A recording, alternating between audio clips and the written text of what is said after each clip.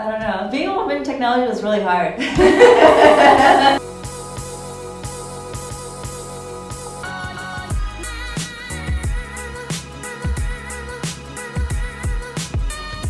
Hi everyone, my name is Grace Ng. I'm a designer, developer, entrepreneur, and artist.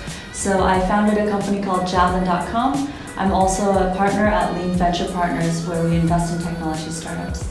So I've been coding since I was a kid. I really love it, but a lot of guys told me not to code because I would be the only girl. But I still kept doing it. And I founded my own technology company, and I faced a lot of challenges as a woman in technology, but I still kept doing it, and here I am.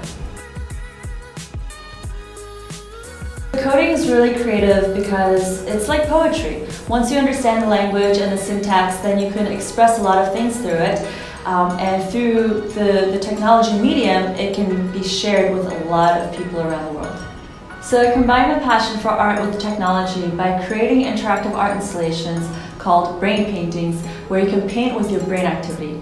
I've always been fascinated by the brain, and as an artist, I want to showcase the importance of our brain and help people become more self-aware. I program people's brain activity to start painting, so you can paint with your brain. And since then, I've exhibited all over the world, most recently at MIT.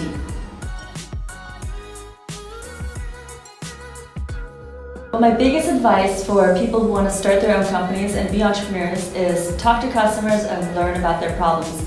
The biggest reason a lot of startups fail is because they're creating solutions that don't solve a problem and no one wants it.